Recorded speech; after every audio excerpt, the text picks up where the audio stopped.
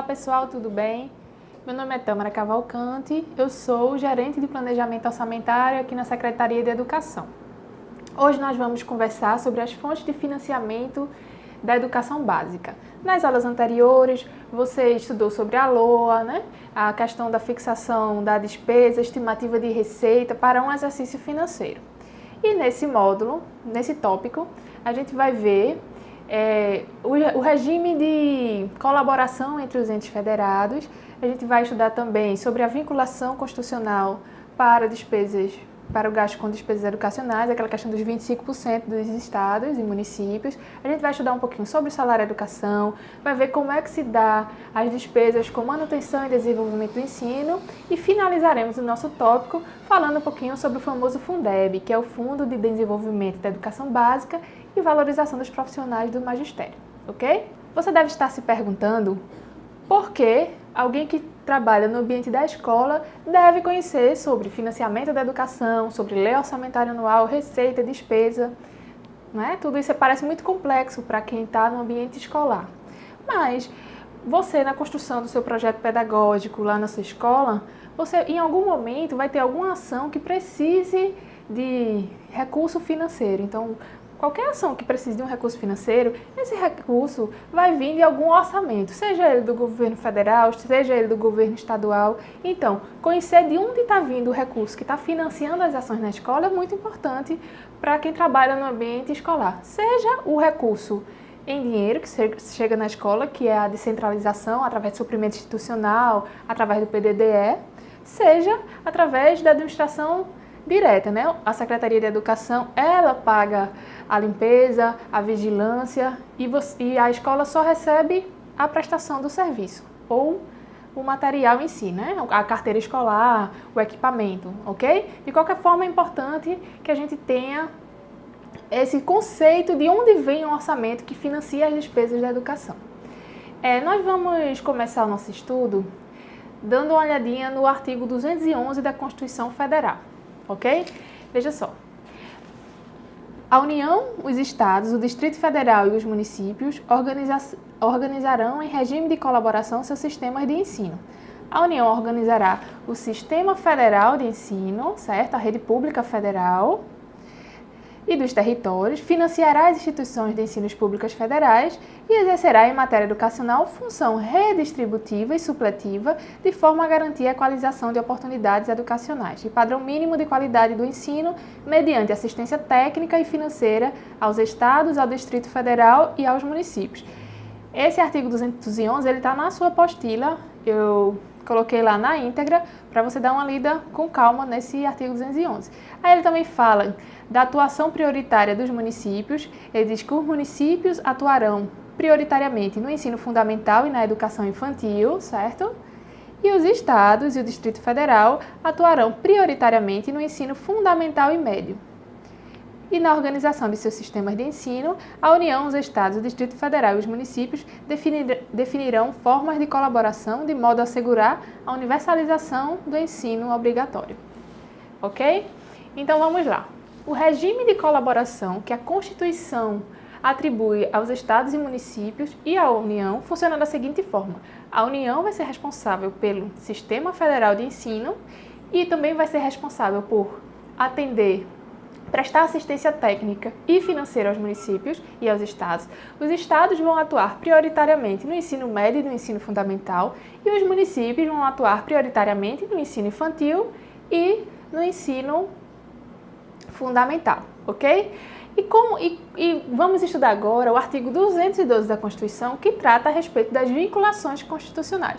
Você dando uma lidinha aí na sua apostila, você vai ver que o artigo ele fala de quanto da receita deve ser aplicada nas ações de manutenção e desenvolvimento do ensino, ok? Então você vai ver que a União ela é obrigada a aplicar 18% da sua receita de impostos na educação.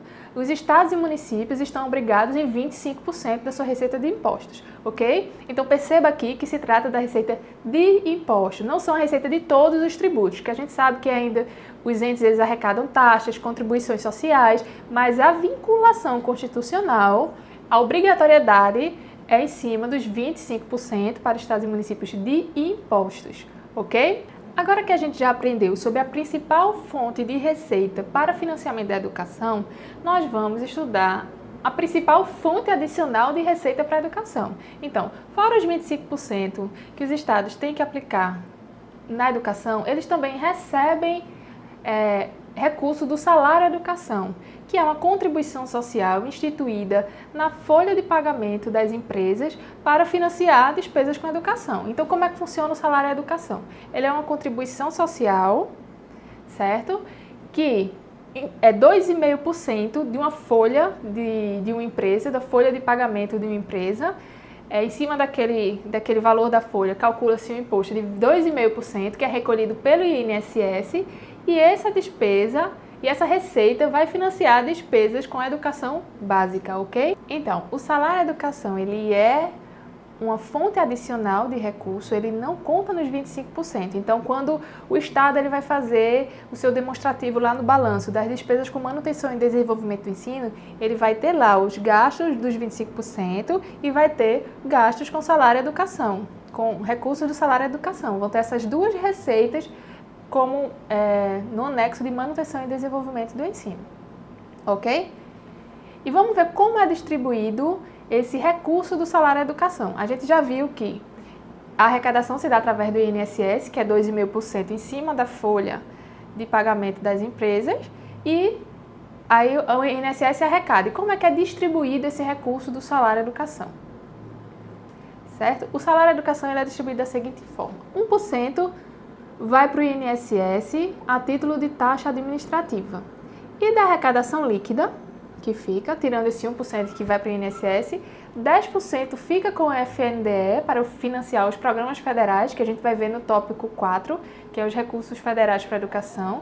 Dos 90% restantes, 1/3 é cota federal, fica com a União, 2/3 são repartidos entre cada estado e seus municípios, de acordo com o número de matrículas na educação básica, certo? Então, quem recolhe é uma contribuição que é recolhida das empresas e é repartida para estados e municípios e para a União. No caso de estados e municípios, é repartido de acordo com o número de alunos da educação básica. Depois de ter estudado as principais fontes de financiamento da educação, a questão dos 25% constitucionais de impostos, a questão do financiamento adicional do salário educação, a gente agora vai estudar onde deve ser aplicado essa receita, onde deve ser aplicada a receita para manutenção e desenvolvimento do ensino, remuneração e aperfeiçoamento do pessoal docente e demais profissionais da educação. Então, gasto com salário de professores, previdência, capacitação do magistério e as atividades meio relacionadas à educação podem ser pagas como manutenção e desenvolvimento do ensino. Aquisição, manutenção, construção de instalações e equipamentos para o ensino.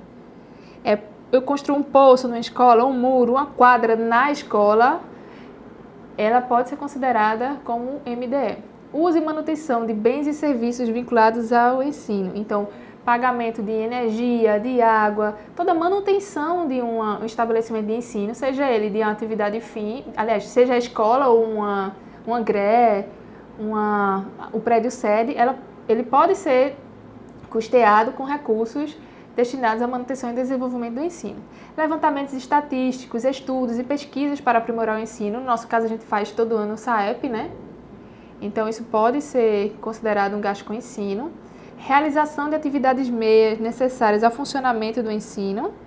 Né? Qualquer atividade, vigilância, limpeza, portaria, tudo é considerado como uma atividade meio, então pode ser pago.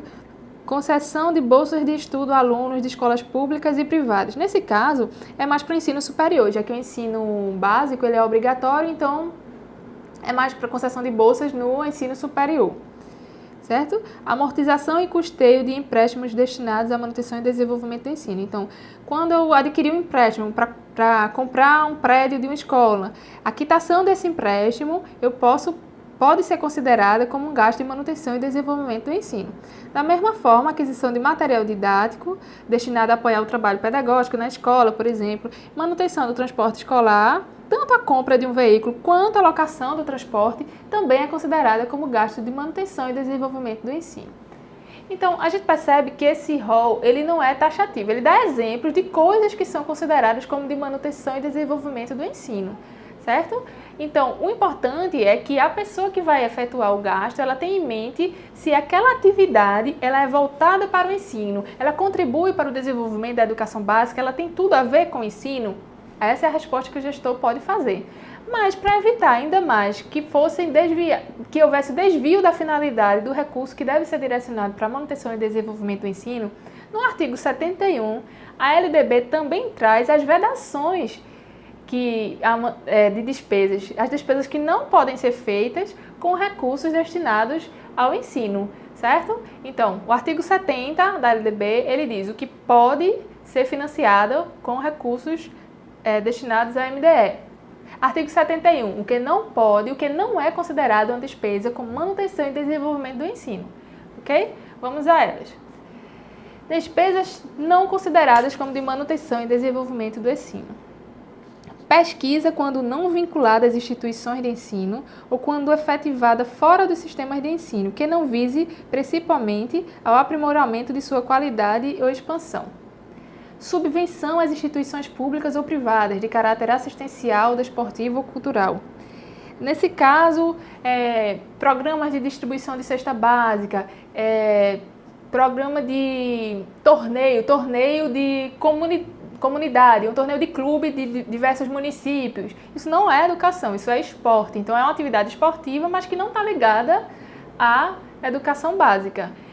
Atividades folclóricas no município, nada disso é considerado como despesa de manutenção e desenvolvimento do ensino. Isso é uma despesa de caráter cultural, de caráter esportivo ou de caráter assistencialista, mas não é ensino, certo? Formação de quadros especiais para a administração pública, sejam militares ou civis, inclusive diplomáticos. Então, formação, especialização de profissionais que não integrem, não executem atividades voltadas diretamente para o ensino. Programas suplementares de alimentação, de assistência médica, odontológica, farmacêutica e psicológica e outras formas de assistência social. Então, merenda escolar, aquisição de materiais e mantimentos para merenda não é considerado como uma despesa de ensino. Pagamento de tratamento de saúde, qualquer especialidade, medicamento, programas assistenciais aos alunos e seus familiares, isso não é considerado como uma despesa de manutenção do ensino. Obras de infraestrutura, ainda que realizadas para beneficiar direta ou indiretamente a rede escolar. Então, aqui vamos dar um exemplo. Eu construí uma escola. Construí uma determinada escola e essa escola tem um acesso difícil. Eu tenho uma avenida e da avenida para a escola eu tenho que andar uns 500 metros. E esses 500 metros ele não é asfaltado, ele não é pavimentado. Eu posso construir uma estrada com recursos de manutenção e desenvolvimento do ensino? A resposta é não.